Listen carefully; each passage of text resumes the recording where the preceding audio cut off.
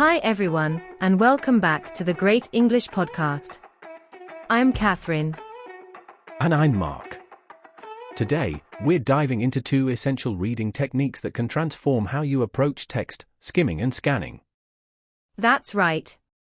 Whether you're reading for a test, looking for specific information, or just trying to get through a lot of material quickly, mastering skimming and scanning can make a huge difference. Let's start by breaking down what skimming and scanning are, why they're important, and how you can use them effectively.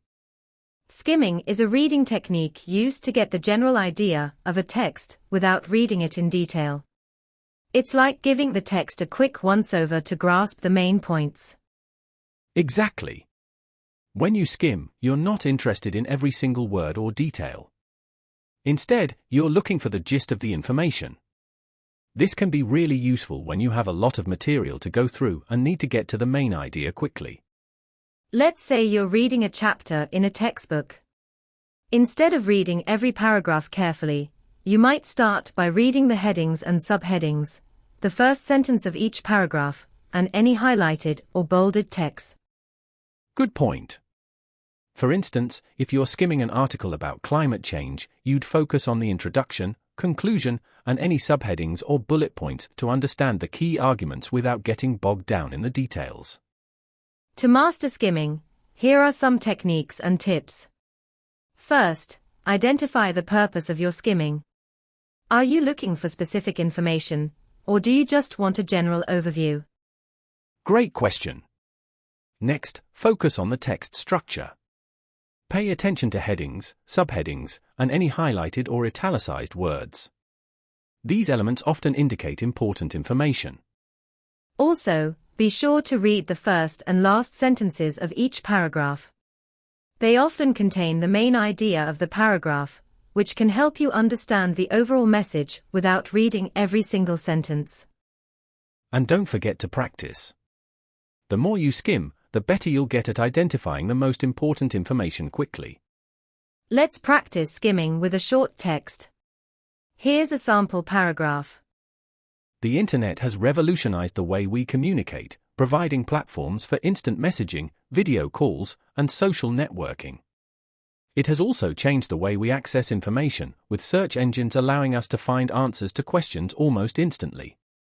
However, the rise of the internet has also brought challenges, such as privacy concerns and the spread of misinformation.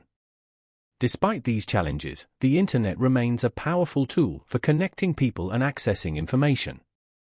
To skim this paragraph, we'd first look at the topic sentence. The internet has revolutionized the way we communicate, and the concluding sentence. Despite these challenges, the internet remains a powerful tool for connecting people and accessing information.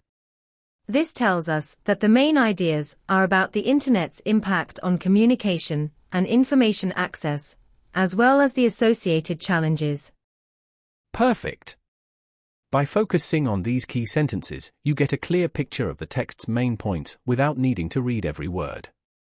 Scanning, on the other hand, is a technique used to find specific information quickly. Unlike skimming, which gives you a general overview, scanning is all about locating precise details. Right. When you scan, you're looking for particular keywords or phrases in the text.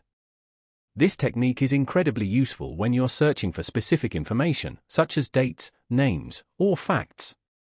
For example, if you're looking up a specific date in a history book, you wouldn't read the entire chapter. Instead, you'd scan the text for the relevant date or event.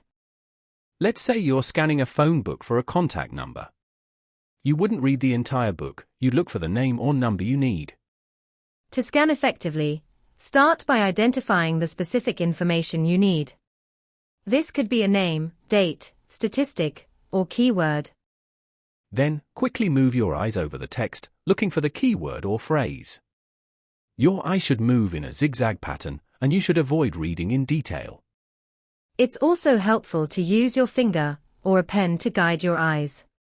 This can help you stay focused and move more quickly through the text.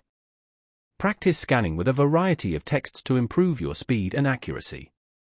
The more you practice, the better you'll get at quickly locating specific information. Let's practice scanning with an example. Here's a list of events. 1. The signing of the Declaration of Independence, 1776. 2. The first moon landing, 1969. 3. The fall of the Berlin Wall, 1989. 4. The end of World War II, 1945. If we're scanning for the year of the first moon landing, we'd quickly look through the list until we find 1969. Exactly. By focusing on the specific year we're interested in, we can quickly locate the information without needing to read through each event in detail. Skimming and scanning aren't just academic skills, they are useful in everyday life too. Let's look at some real-life applications. For instance, when you're browsing through emails, skimming helps you get a quick sense of which ones are important and which can be dealt with later. And scanning is useful when you're searching for specific information, like looking for an address or phone number in a long document. In a professional setting, skimming and scanning can help you quickly review reports or presentations to find the key points. And in academic settings, these techniques can help you manage large amounts of reading material efficiently, focusing on the most relevant information for your studies. Let's talk about some common mistakes people make with skimming and scanning and how to avoid them. One mistake with skimming is not paying attention to text structure. If you ignore headings and subheadings, you might miss important sections of the text. And with scanning, a common mistake is getting too focused on one part of the text and missing the information you're looking for. It's important to keep your eyes moving and stay focused on your target keyword. Another mistake is not practicing enough. Both skimming and scanning require practice to become proficient, so make sure you're regularly using these techniques in different contexts. Good advice. Practice with various types of texts and in different situations to improve your skills and avoid these common pitfalls. Now, let's do an interactive exercise. We'll start with a skimming activity. I'll read out a passage, and you'll try to get the main idea by skimming. Here's the passage: renewable energy sources, such as wind and solar power, are becoming increasingly important as we seek to reduce our reliance on fossil fuels. Wind power generates electricity by harnessing the power of the wind, while solar power uses sunlight to create energy. Both methods are sustainable and have minimal environmental impact compared to traditional energy sources. Governments and businesses around the world are investing in these technologies to combat climate change and promote a cleaner future. Based on skimming this passage, what can you gather about the main ideas? You'd notice that the passage is about renewable energy sources, specifically wind and solar power, and their benefits compared to fossil fuels. It also mentions the global investment in these technologies to address climate change. Exactly. Now, let's try a scanning exercise. I'll give you a list of terms, and you'll scan a passage to find where each term appears. Here's the passage: in recent years, the rise of digital technology has transformed how we communicate and access information.